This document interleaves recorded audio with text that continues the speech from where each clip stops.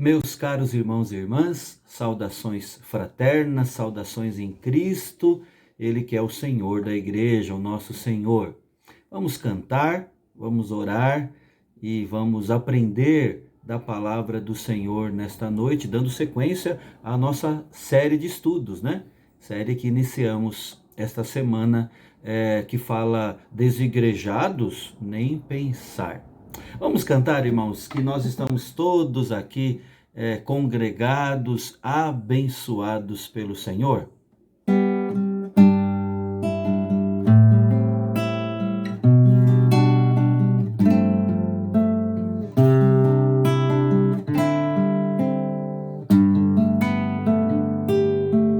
Estamos todos congregados.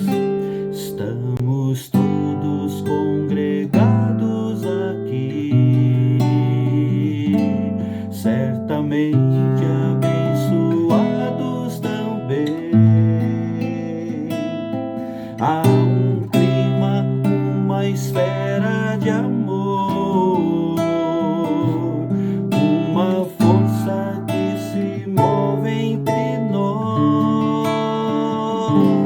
Algo novo Deus está por fazer com este povo a quem muito quer bem. Seu Espírito Ele já derramou, uma igreja forte edificou, pra louvor de tua glória. Vem, Senhor, tua história escrever através das nossas vidas, teu querer desejamos, cumpre em nós os teus planos.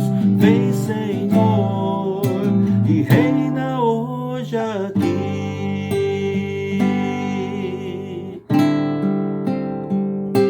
Estamos todos congregados aqui, certamente abençoados também. Há um clima, uma esfera de amor, uma força que se move entre nós. Algo novo Deus está por fazer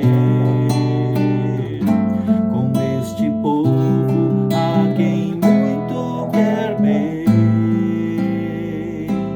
Seu Espírito Ele já derramou,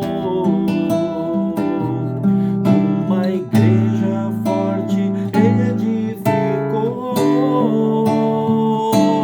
pra louvor de tua glória. Vem, Senhor, tua história escrever através das nossas vidas, teu querer desejamos, cumpre em nós os teus planos.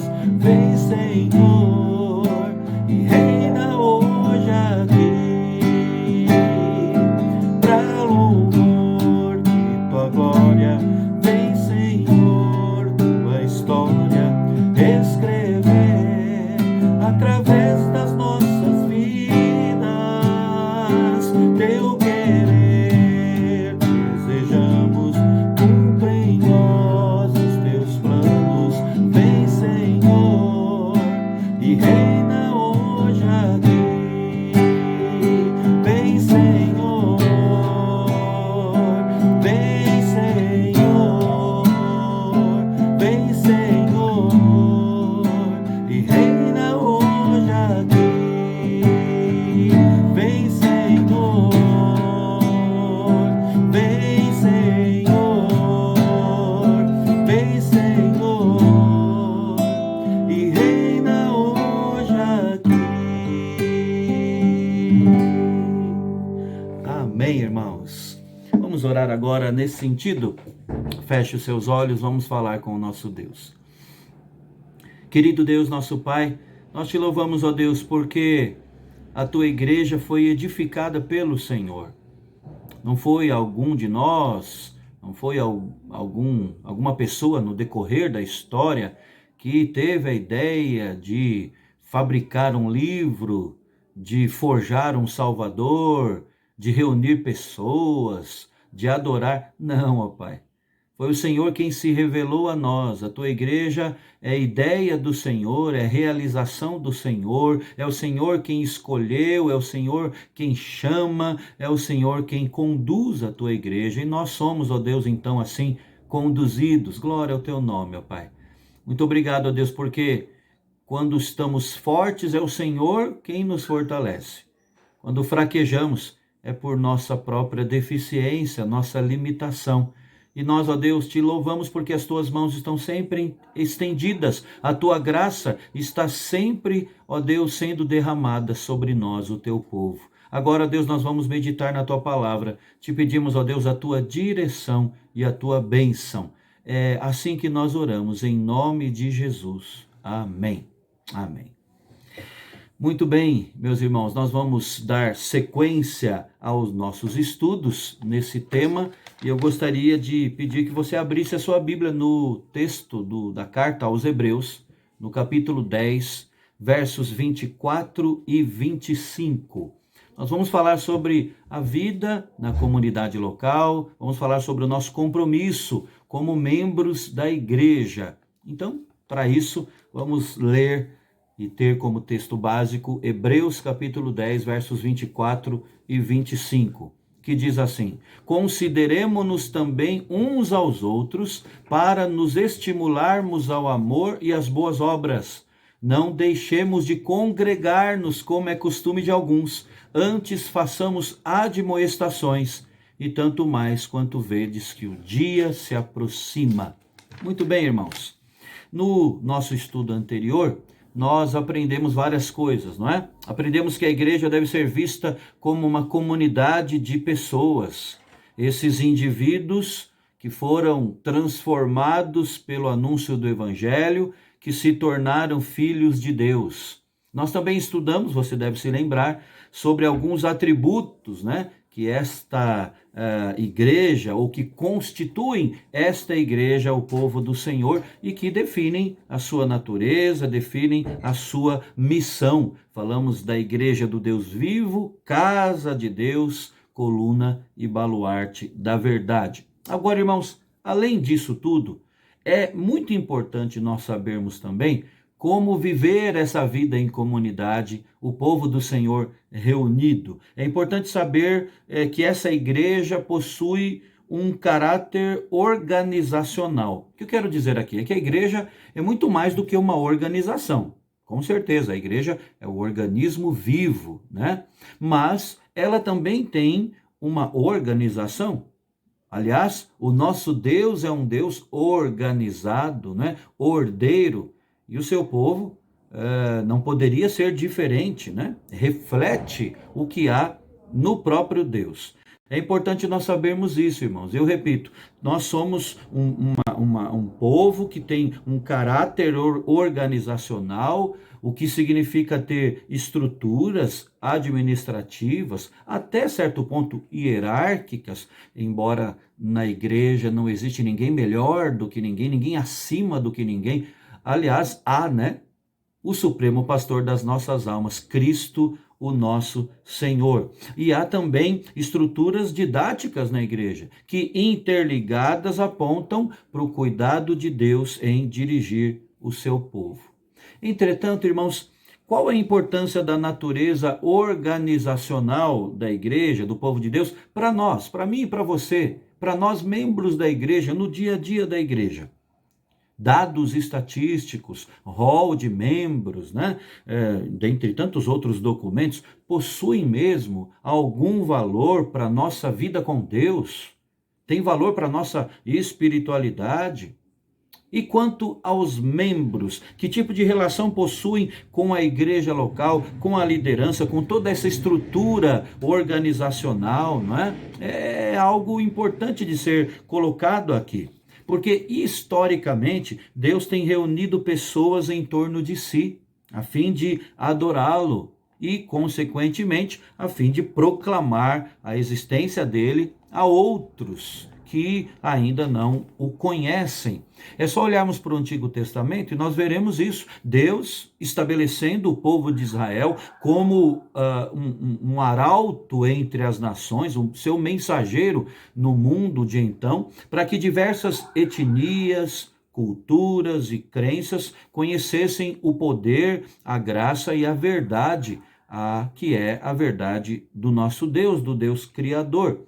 E o interessante, irmãos, é que Israel recebeu da parte de Deus, para que desempenhasse essa sua missão, uma série de ordenanças, uma série de ritos, uma série de processos hierárquicos que serviram, como nós sabemos, como instrumentos na organização do povo de Deus. Portanto, desde lá do início, Deus chamando os do seu povo, dentre Israel e a partir de Israel, nós já vemos esses elementos de organização presentes no meio do povo do Senhor. Todo esse aparato se caracterizava como uma espécie de ordem que estruturava o dia a dia do povo do Senhor. Entre os israelitas, por exemplo, havia as genealogias. Você sabe, deve saber o que é, né? Fulano viveu tantos anos, gerou esse filho, essa filha, esse filho, e aí com quantos anos morreu, e assim sucessivamente, não é? As genealogias possuíam, na época, um papel importantíssimo na organização das normas culturais e até religiosas, né? Por exemplo, as genealogias eram usadas para muita coisa importante. A distribuição de terra, as questões familiares e até mesmo as demandas religiosas, né? O exercício do sacerdócio, o trabalho ali no templo que deveria ser executado pelos levitas. As genealogias organizavam tudo isso. Então guarde isso. Você que talvez já tenha pensado assim, ou tenha ouvido alguém dizer, igreja, esse negócio de estrutura organizacional, isso tudo a gente tem que jogar no lixo, não presta, né? Eu já ouvi muito falar, por exemplo, sobre atas, né? Que negócio é esse de escrever atas? Meu Deus do céu, o que é isso? Nós estamos aqui, somos o povo de Deus, devemos viver de forma livre, né? Esquecendo que Deus, o nosso Deus, aquele a quem prestamos culto, é um Deus organizado, que desde o início, quando começou a reunir o seu povo, repito, dentre Israel e a partir dos israelitas, se mostrou sempre um Deus assim, de estruturas muito bem organizadas, e até repassou isso como norma para os israelitas. É óbvio, irmãos, que existiam outras estruturas ali em Israel, além da genealogia, né? Mas isso já nos mostra que é tão importante, né? As funções sendo bem definidas, é tão importante toda essa estrutura. Então, através disso, nós temos um convite bíblico para nos envolvermos profundamente com o organismo vivo que é a igreja, casa de Deus, lugar de habitação e lugar de relacionamento, coluna e baluarte da verdade, ou seja, um organismo vivo, mas que também tem reflexos de uma organização. E é aí que nós nos voltamos para o nosso texto, o texto que lemos, Hebreus capítulo 10, versos 24 e 25. Por quê, irmãos?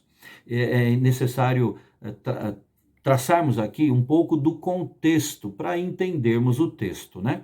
A carta aos Hebreus é um convite para analisarmos a nossa compreensão sobre várias coisas muito importantes, eu diria essenciais da fé cristã. Por exemplo, quando lemos Hebreus, nós compreendemos mais sobre a suficiência da obra redentora de Cristo. Compreendemos mais também, e aí é o ponto que mais nos toca hoje, a respeito da importância das nossas comunidades, as comunidades locais, né, as igrejas locais. E vemos isso aqui na carta aos Hebreus, que fala do compromisso que aqueles que foram batizados e professaram a fé precisam agora no dia a dia demonstrarem. Então essa carta aos Hebreus, que foi escrita durante o primeiro século, ela aponta a superioridade de Cristo em relação às leis cerimoniais do Antigo Testamento, mas faz isso, né, Porque muitos membros sofriam pressões a fim de voltarem às práticas religiosas do Antigo Testamento. Isso é importante de termos na nossa mente. Falsos mestres já existiam lá, como hoje existem, infelizmente, que brotando do meio, dentre o povo de Deus, afirmam que a obra de Cristo na cruz, afirmavam ali, né? Afirmavam que a obra de Cristo ali na cruz não era suficiente. Não era suficiente para trazer e garantir perdão e salvação. E é possível que alguns cristãos hebreus, que estavam sendo perseguidos por sua fé, não é? Aqueles primeiros passos da igreja, chamada igreja primitiva, é possível que por isso alguns cristãos estavam se afastando do convívio com os irmãos, do convívio comunitário, estavam retornando às práticas cerimoniais e, portanto, estavam até descrendo do que Cristo havia conquistado na cruz do Calvário. É nesse contexto, irmãos, que o autor chega no capítulo 10 e o autor da carta afirma: consideremo-nos também uns aos outros, para nos estimularmos ao amor e às boas obras. Não deixemos de congregar-nos como é costume de alguns, antes façamos admoestações. E tanto mais quanto vedes que o dia se aproxima, o dia da volta de Jesus. Eu creio que temos pelo menos 3 lições especiais e importantes aqui presentes, né? A partir desse texto. Lições que tocam, lições que falam da nossa vida em comunidade, do nosso compromisso com a igreja local, como membros desta igreja. Primeira lição é que a vida na comunidade local, ela requer consideração mútua. Guarde essa palavra, consideração mútua. O verbo considerar e essa expressão uns aos outros que aparece aqui no texto que lemos são muito importantes. Lembram? Nós lemos aqui: consideremo-nos também uns aos outros, diz a carta aos Hebreus. Então, consideração mútua. Consideremo-nos uns aos outros. Isso nos remete, irmãos, a uma responsabilidade mútua que deve, portanto, marcar os nossos relacionamentos na esfera da igreja, né? Que deve nos guiar e nos levar, nos conduzir ao cuidado fraternal. Porque nós precisamos reconhecer, irmãos, que os irmãos, os membros dessa comunidade local, eles vivem momentos, etapas espirituais diferentes, etapas espirituais distintas. No meio da igreja local, há aqueles que estão numa fase de envolvimento, de prazer nas coisas do Senhor, de muita dedicação, não é? E, ao mesmo tempo, simultaneamente, outros estão vivendo dias de fraqueza espiritual, de incertezas no relacionamento com Deus, de dúvidas, né? E até de infelicidade, de abatimento espiritual. Isso acontecendo ao mesmo tempo. Muitos cristãos hebreus estavam considerando, por isso, a possibilidade de voltar atrás, né? Voltar ao sistema levítico lá do judaísmo. Estavam considerando a possibilidade de abandonar a vida em Cristo, né?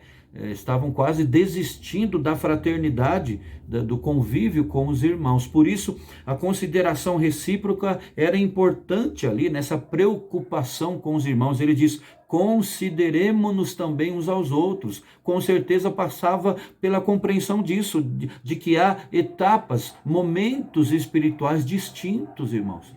Isso tem tantas implicações, não é?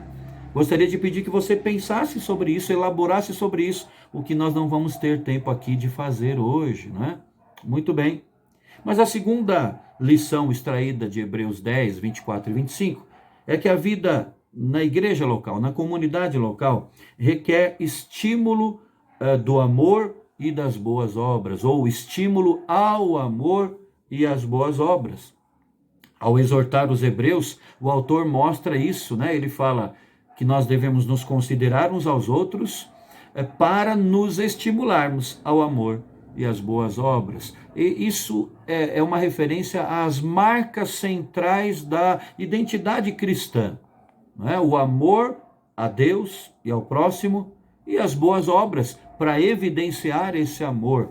É importante lembrarmos, irmãos, que a igreja, além das lutas no campo teológico, a igreja aqui dos Hebreus, os primeiros destinatários desta carta, além de enfrentar lutas teológicas, elas também enfrentavam humilhação, e enfrentavam pressões psicológicas e, em muitos casos, até violência física. Tudo por causa do compromisso com Deus, com a fé em Cristo. Muitos estavam sendo mortos, vendo a família sofrer, estavam perdendo até os próprios bens. Muito bem. Nesse contexto, o autor, inspirado pelo Espírito Santo, diz que nós devemos considerar uns aos outros, eles deveriam considerar uns aos outros, para serem estimulados mutuamente ao amor e às boas obras.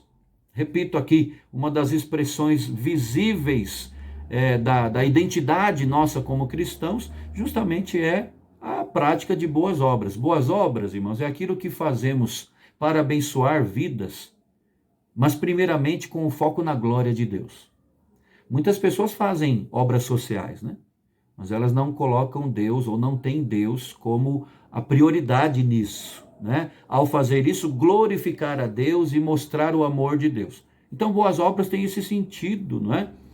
Ao nos tornarmos membros de uma igreja, nós somos então convidados pelo Senhor a ter gestos assim de afeto, de cuidado com os nossos irmãos, né? Evidenciando que a igreja não é um lugar de solidão, a igreja não é lugar de inimizade, de mágoas, de coisas mal resolvidas, né? De relacionamentos rompidos e não tratados devidamente. Pelo contrário, como cantamos no nosso último estudo, nós somos corpo de Cristo, somos família e devemos expressar a glória do Senhor nos nossos relacionamentos. Mas por fim, o texto de Hebreus que lemos fala também, nos ensina ainda, que a vida na igreja local requer comunhão responsável. Comunhão responsável. A ausência de alguns irmãos ali na igreja dos Hebreus estava tornando-se um hábito pecaminoso. A ponto até do autor afirmar assim: não deixemos de congregar-nos, como é costume de alguns. Não deixemos de congregar-nos, como é costume de alguns. Ou seja, a vida em comunhão, a vida de celebração no culto, né, esses elementos que estruturam a nossa vida de fé, isso não estava sendo observado ali. Muitos estavam sendo vencidos pelo desânimo, e é por isso essa palavra, não deixemos de congregar-nos. Já alguns tinham esse costume, já era um hábito, hein, de não estarem congregados. Irmãos, isso é tão importante de ser dito, né? Porque depois de meses proibidos de estarmos reunidos presencialmente, nós agora podemos estar. Então é importante nessa retomada que você venha de volta, né? Nós temos tido a bênção de rever irmãos, mas temos também visto, ou melhor, constatado a ausência de vários irmãos. E penso eu, pelo menos por dois motivos. Talvez seja ainda o receio, porque ainda temos uma pandemia, não é? Ainda o vírus ainda está à solta, até isso é compreensível, mas por outro lado, é algo que deve ser um sinal de alerta. Quem sabe esses meses de reclusão, de isolamento, não fizeram com que a sua vivência em Cristo esfriasse. E agora, no retorno, isso não está batendo no seu coração, sabe? Não está ardendo, é o que eu quero dizer, no seu coração. Não deixemos de congregar-nos. E até um outro aspecto, né, irmãos? Nós congregamos principalmente presencialmente, claro. Isso é insubstituível. E por isso a minha ênfase a respeito disso agora. Mas, de uma certa forma, eu e você agora aqui estamos congregados, estamos reunidos. Ou seja, nunca, Deus nesse processo todo de 2020, nesse isolamento forçado, Deus nunca nos privou de estarmos conectados de alguma forma, né? Não deixemos de congregar-nos. O abandono disso, irmãos, dessa vivência de adoração e de comunhão, vai provocar enfraquecimento, não tenha dúvida. Então, eu gostaria de terminar a minha palavra colocando, lembrando isso tudo e fazendo algumas colocações. A vida na comunidade dos irmãos, na igreja local, ou seja, o povo de Deus que se reúne numa certa localidade, ela requer consideração mútua, até dos níveis diferentes de vivência com Deus, não é? Como disse o autor, consideremos uns aos outros. Essa vida na comunidade local requer que estimulemos uns aos outros ao amor e à prática das boas obras. Ele fala que nós devemos ter consideração mútua justamente para que o amor e as boas obras sejam constantes no meio do povo de Deus, no nosso meio. E ele termina falando que a vida entre os irmãos requer comunhão responsável. Nós não devemos abandonar, deixar de nos congregar. E a implicação que eu faço é a seguinte: você está em que momento espiritual? Falamos aqui de etapas espirituais diferentes, distintas, não é? Não para desculpar aquele que está enfraquecido, mas para mostrar que muitas vezes isso acontece e que requer que o outro que esteja mais forte auxilie aquele que está mais fraco, para que depois, mais à frente, o contrário aconteça. Em que nível, ou melhor, em que momento espiritual você está? Você vive um momento de envolvimento, de prazer, de dedicação, de muita alegria ao realizar a obra do Senhor, ou o seu momento espiritual é um momento de dúvida, de fraqueza, de abatimento até, não tem tido forças espirituais? Se esse é o seu caso, a segunda alternativa, procure ajuda. Busque a Deus, mas procure a ajuda dos irmãos. Busque a liderança, presbíteros, diáconos, pastores, irmãos maduros na fé, que estão na igreja, enfim, para que orem com você, para que leiam, estudem a palavra com você, busque o convívio com os irmãos, não deixemos de congregar-nos. Agora, se o seu caso é o primeiro, você está em pleno envolvimento, né, em regozijo espiritual, não esqueça do seu irmão fraco. Olhe para ele, ore por ele e com ele, estenda a mão. Não simplesmente olhe assim dizendo, é assim mesmo, nunca eu consigo juntar aqui vários irmãos, sempre tem gente, e a gente chama até de relaxados, né? Cuidado, porque são etapas espirituais distintas.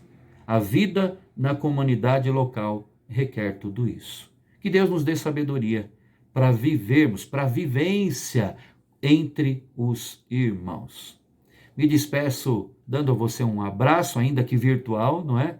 E vamos orar agora em família, intercedendo uns pelos outros. Até o nosso próximo estudo, querendo Deus.